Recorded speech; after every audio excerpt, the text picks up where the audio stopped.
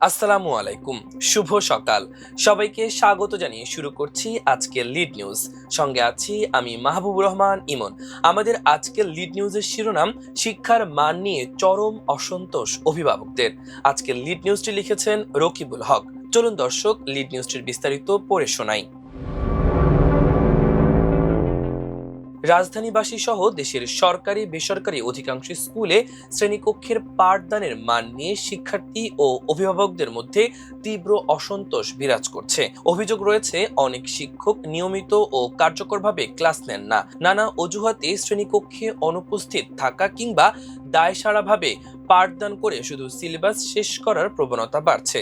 ফলে শিক্ষার্থীরা পাঠ যথাযথভাবে আয়ত্ত করতে পারছে না। তবে শ্রেণীকক্ষে অনীহা থাকলেও অনেক শিক্ষককে প্রাইভেট ও কোচিংয়ে ব্যস্ত থাকতে দেখা যায়। অভিযোগ রয়েছে, বিভিন্নভাবে শিক্ষার্থীদেরও এসব কোচিং ও প্রাইভেটে যেতে উৎসাহিত কিংবা বাধ্য করা হয়। ফলে শ্রেণীকক্ষের ঘাটতি পূরণে শিক্ষার্থীদের কোচিং, প্রাইভেট বা গৃহশিক্ষকের উপর নির্ভরতা বাড়ছে। এতে একদিকে অভিভাবকদের আর্থিক ব্যয় বৃদ্ধি পাচ্ছে, অন্যদিকে দীর্ঘ সময় পড়াশোনার চাপে শিক্ষার্থীরা শারীরিক ও মানসিক নানা সমস্যার মুখোমুখি হচ্ছে। একই সঙ্গে শ্রেণীকক্ষ ভিত্তিক শিক্ষার প্রতি শিক্ষক ও শিক্ষার্থীদের আগ্রহ কমে যাচ্ছে। নিষিদ্ধ নোট ও গাইড বইয়ের ব্যবহারও বন্ধ হয়নি। পতিত আওয়ামী সরকারের সময় ক্লাসে পড়ালেখার মান অত্যন্ত নিম্নমুখী হওয়ায় অভিভাবকদের দাবির পরিপ্রেক্ষিতে কোচিং বাণিজ্য বিরোধী একটি নীতিমালা করা হয়। দীর্ঘ এক যুগেও তার কার্যকর বাস্তবায়ন হয়নি। উদ্ভূত পরিস্থিতিতে ক্লাসের মান বৃদ্ধি সহ শিক্ষার উন্নয়নে নানা কার্যক্রম হাতে নিচ্ছে বর্তমান সরকার। এরই ধারাবাহিকতায় অনলাইনে ক্লাস মনিটরিং এর উদ্যোগ নিয়েছে মাধ্যমিক ও উচ্চশিক্ষা অধিদপ্তর মাউসি। তবে শিক্ষা সংশ্লিষ্ট ব্যক্তিদের অনেকে মনে করছেন, মাঠ পর্যায়ে সরাসরি তদারকি জোরদার না হলে শুধু অনলাইন মনিটরিং কাঙ্ক্ষিত ফল দেবে না। একই সঙ্গে তারা কোচিং বাণিজ্য নিয়ন্ত্রণে কার্যকর আইন প্রণয়নেরও দাবি জানান।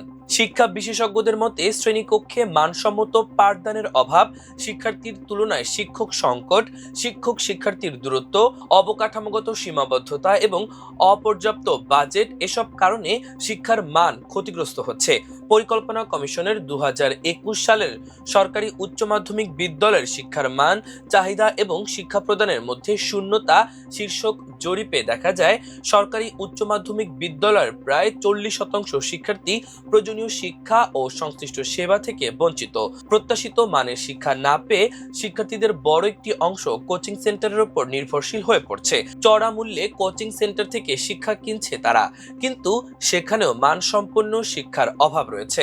গণসাক্ষরতা অভিযানের নির্বাহী পরিচালক ও সাবেক তত্ত্বাবধায়ক সরকারের উপদেষ্টা রাশেদা কে চৌধুরী আমার দেশকে বলেন, ক্লাসে ভালো পড়ালেখার জন্য শিক্ষকদের অনেক দায় ও দায়িত্ব আছে। শিক্ষকদের বেতনের বিনিময়ে যে দায়িত্ব পালন করার কথা, সেখানে কোনো ঘাটতি থাকা উচিত নয়। সরকারের কার্যকর মনিটরিং এর পাশাপাশি অভিভাবকদেরও সচেতন হতে হবে। শিক্ষা প্রতিষ্ঠানে নিয়মিত ও মানসম্মত পাঠদান হচ্ছে কিনা সে বিষয়ে অভিভাবকদের খোঁজ খবর রাখা এবং প্রয়োজন হলে শিক্ষক ও কর্তৃপক্ষের সঙ্গে আলোচনা করে সমাধানের উদ্যোগ নেওয়া উচিত।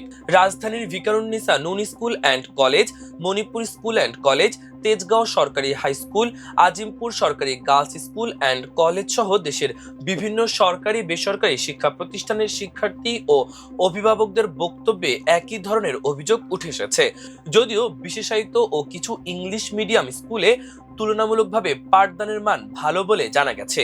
অন্যদিকে কওমি ও আলিয়া মাদ্রাসায় পাঠদানের মান নিয়ে প্রশ্ন থাকলেও সেখানে প্রাইভেট কোচিং বাণিজ্যের তেমন প্রভাব দেখা যায় না।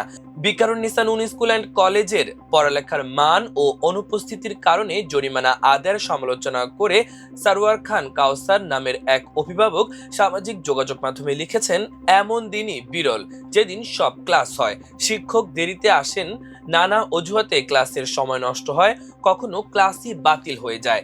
শিক্ষার্থীদের হারিয়ে যাওয়া শেখার ক্ষতির জন্য জরিমানা কার?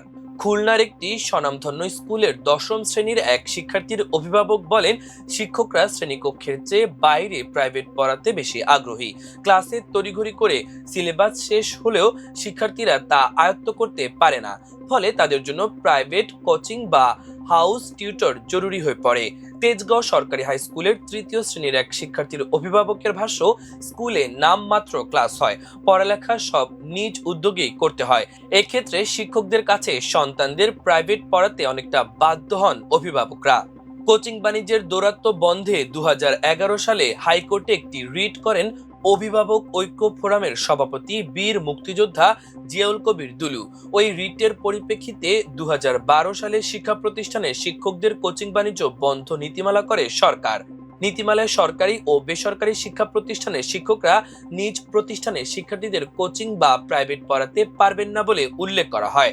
প্রতিষ্ঠান প্রধানের লিখিত অনুমতি নিয়ে দিনে অন্য প্রতিষ্ঠানে সর্বোচ্চ 10 জন শিক্ষার্থীকে পড়ানোর সুযোগ রাখা হলেও এ নীতিমালার কার্যকর বাস্তবায়ন আজও দৃশ্যমান হয়নি। অভিভাবক ঐক্য ফোরামের সভাপতি আমার দেশকে বলেন, শ্রেণীকক্ষে শিক্ষার মান বাড়াতে শিক্ষকদের কোচিং প্রাইভেট বন্ধে কঠোর আইন করতে হবে এবং আইন অমান্যকারীদের শাস্তির আওতায় আনতে হবে। পাশাপাশি মনিটরিং ব্যবস্থাও শক্তিশালী করতে হবে। তা না হলে প্রধানমন্ত্রী শিক্ষার মান উন্নয়নে যতই দৌড়ঝাঁপ করুক না কেন তার বাস্তবায়ন সম্ভব হবে না। মাওশির অনলাইন মনিটরিং এর উদ্যোগ প্রসঙ্গে তিনি আরো বলেন, বাস্তবেই যেখানে মনিটরিং হয় না সেখানে অনলাইন মনিটরিং এর ফল কতটুকু পাওয়া যাবে তা নিয়ে প্রশ্ন রয়েছে। ভিকারুন্নিসা নুন স্কুল অ্যান্ড কলেজের ভারপ্রাপ্ত অধ্যক্ষ মাজেদা বেগম আমার দেশকে বলেন, ভালো পড়ালেখার জন্য শিক্ষা প্রতিষ্ঠান ও শিক্ষকদের দায়িত্ব পালনের পাশাপাশি শিক্ষার্থীদের নিয়মিত উপস্থিতি এবং বাসায় অভিভাবকদের গাইডলাইনের প্রয়োজন আছে। তিনি জানান, করোনা পরবর্তী সময় শিক্ষার্থীদের উপস্থিতি কমেছে। অনেক অভিভাবকও বাসায় ছেলেমেয়েদের পড়ালেখার প্রয়োজনীয় গাইডলাইনে সময় দিতে পারেন না। তিনি ক্লাসের প্রতি আস্থা রেখে শিক্ষার্থীদের কোচিং মুখী না হওয়ার আহ্বান জানান। তবে শিক্ষকদের কোচিং প্রাইভেটের কারণে শিক্ষার্থীদের শ্রেণীকক্ষে উপস্থিতি কমছে এমন অভিযোগের বিষয়ে নজর দেওয়া হবে বলে জানান তিনি। বর্তমান সরকারও এ বিষয়ে গুরুত্ব দিচ্ছে বলে তিনি উল্লেখ করেন। গত 10 জুলাই মাওশির পরিচালক কলেজ ও প্রশাসন প্রফেসর নাজমুল হক স্বাক্ষরিত এক জরুরি চিঠিতে অধিদপ্তরের আওতাধীন সব সরকারি ও বেসরকারি শিক্ষা প্রতিষ্ঠানের সেন্ট্রাল অনলাইন মনিটরিং সিস্টেম চালুর সিদ্ধান্তের কথা জানানো হয়। এই লক্ষ্যে প্রতিষ্ঠান প্রধানের 13 জুলাইয়ের মধ্যে গুগল ফর্মে প্রয়োজনীয় তথ্য জমা দেওয়ার নির্দেশ দেওয়া হয়েছে। সময়মতো তথ্য না দিলে বিধি অনুযায়ী ব্যবস্থা নেওয়ার কথাও চিঠিতে উল্লেখ রয়েছে।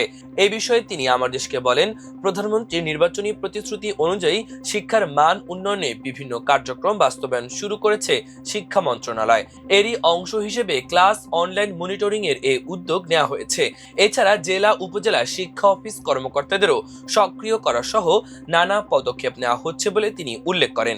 এদিকে শিক্ষার উন্নয়নে নানা উদ্যোগের কথা জানিয়ে প্রধানমন্ত্রীর শিক্ষা এবং প্রাথমিক ও গণশিক্ষা বিষয়ক উপদেষ্টা মাহদি আমিন বলেন, নির্বাচনী ইশতেহার অনুযায়ী প্রধানমন্ত্রী তারেক রহমানের নির্দেশনায় শিক্ষার উন্নয়নে নানা উদ্যোগ নেওয়া হচ্ছে।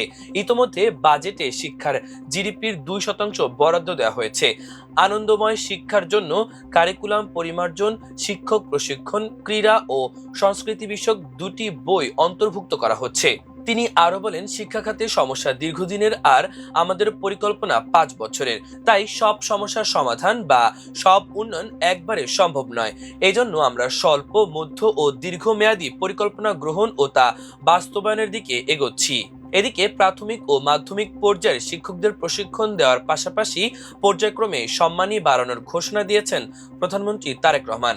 সম্প্রতি জাতীয় সংসদে করা প্রশ্নের জবাবে তিনি ঘোষণা দেন। এ সময় তিনি বলেন, স্বৈরাচার সরকারের সময় শুধু বিল্ডিং হয়েছে, কিন্তু হিউম্যান রিসোর্সের কোনো উন্নতি হয়নি। আমরা যদি প্রাইমারি ও সেকেন্ডারি শিক্ষকদের সঠিকভাবে ট্রেনিং দিতে না পারি, ট্রেনিং এর সঙ্গে তাদের সম্মানী যদি বৃদ্ধি করতে না পারি, তাহলে আমরা তাদের কাছ থেকে ভালো কিছু প্রত্যাশা করতে পারি না। প্রিয় দর্শক, আমাদের আজকের লিড নিউজের আয়োজন এ পর্যন্তই। আগামীকাল আরেকটি লিড নিউজ নিয়ে আপনাদের সামনে হাজির হব। সে পর্যন্ত মহান আল্লাহ তাআলা আপনাদের সবাইকে ভালো রাখুক, সুস্থ রাখুক। এতক্ষণ সঙ্গে থাকার জন্য অসংখ্য ধন্যবাদ। আল্লাহ হাফেজ।